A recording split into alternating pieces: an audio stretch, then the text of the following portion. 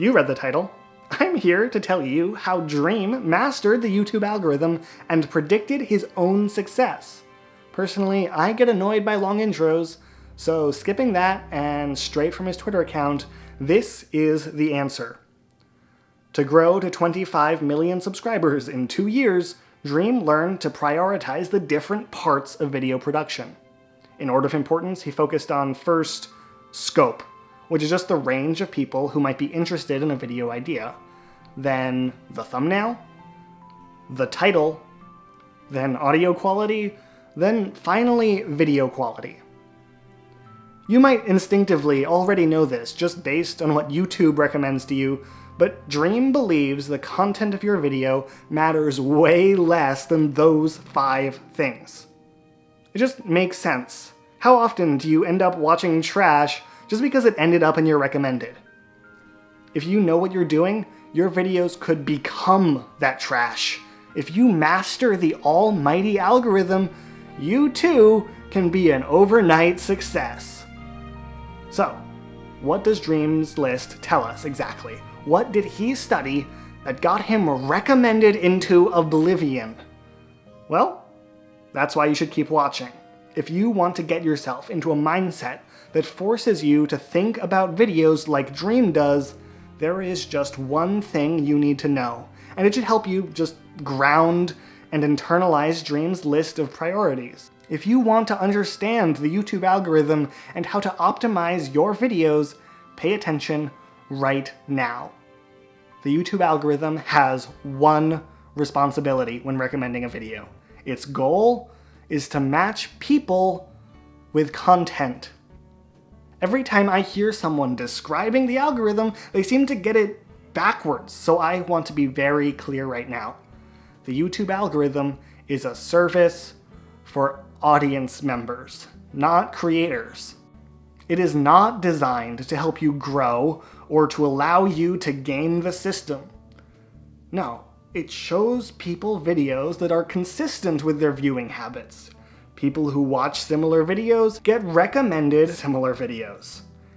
Dream put scope first on his list because the more people his videos appeal to means YouTube will be able to find more groups of potential audience members.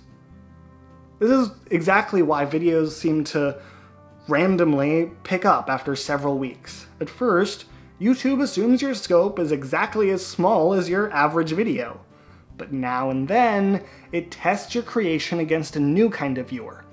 The video pops off when that test proves to YouTube that your video will entertain or teach a whole new swarm of people.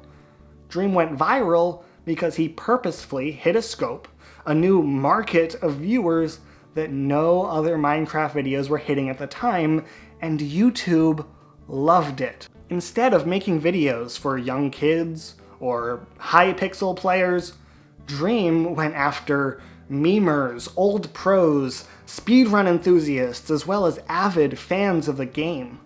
Video by video, Dream slowly increased his scope. He started out with PewDiePie viewers and then continuously and intentionally expanded. With every video he published, YouTube would test it out with a few new audiences with new interests, and every time that it worked, Dream's channel would grow. The YouTube algorithm is built off that test, and to pass, YouTube can only be looking at just a few metrics. The rest of his research led Dream to discover what those metrics were and how to nail them. First, YouTube loves click-through rate more than anything. Knowing what you know now, it just makes sense. If the YouTube algorithm recommends videos when they work in new audiences, how could they possibly work if people don't even click on the video? So number 2 and 3 on Dream's list of priorities is thumbnails and titles. Those are the 2 pieces of content that you have control over to control click-through rate, so you'd better nail them.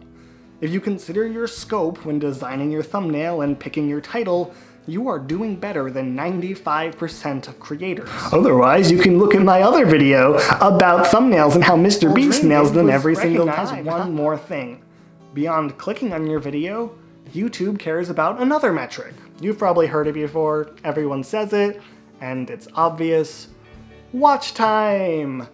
After people click on your video, do they watch the whole thing? That is the best resource YouTube has to identify satisfied viewers. 90% of viewers barely, if ever, like or comment on any videos. So how does YouTube figure out whether or not they enjoyed it? Well, how long did they watch? That's the only data they have on them.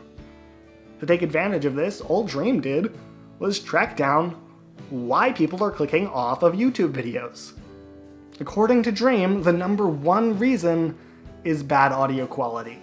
A bad mic makes your voice sound too annoying to keep watching. And bad music selection can make an entire feeling of the video just clash with itself. Focusing on well-balanced, well-mixed audio is worth your time, energy, and investment.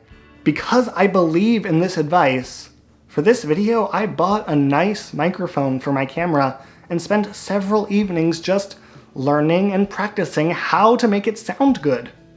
It seems to have helped because you're here and still watching. So the next reason people click off is the video quality. Make sure the visuals match the content. Make sure there is nothing glaringly wrong, but as the last thing on the list, I wouldn't go buying a $10,000 camera just to capture 4K true color. I modeled the visuals of this video after Dream's Unsolved series to prove there is no point in going overboard.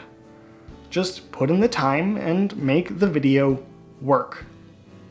Dream knew he would do well on YouTube because he figured out those 5 things. If you want views on YouTube, all you need to do is recognize the same thing, that the algorithm is trying to give people something to watch. From there, just make videos that appeal to the right people and deliver on their promises. That's what I'm trying to do here, and I hope you learned something.